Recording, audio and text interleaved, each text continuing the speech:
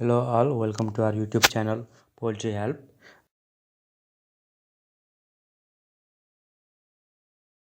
Today our topic of discussion is effective treatment of water in poultry farms.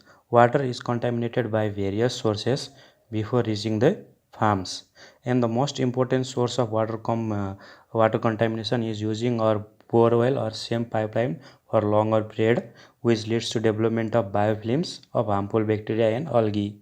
These biofilms get accumulated in the water pipes. You can see in this figure. In order to reduce the harmful biofilms, the chemical flushing of borewell is necessary. Along with the feeding equipment should be done.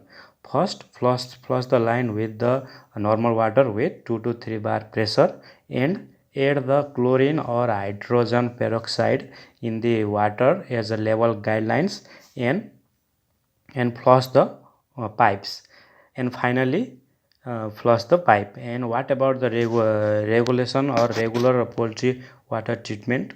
What can we do for regular poultry water treatment? Hard water should not be fed to the birds because it has many side effects.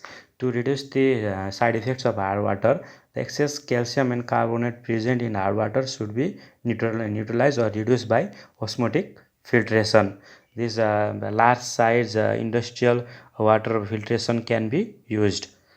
Another is the pH. pH of water is highly essential. The optimized or regulated pH of 5 to 6 is highly necessary. You can see in this chart where there is 5 to 6.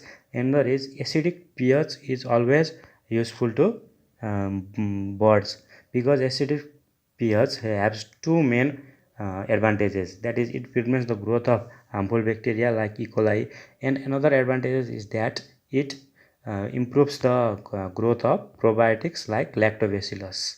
And while coming to the addition of acids like formic acid and propionic acid helps to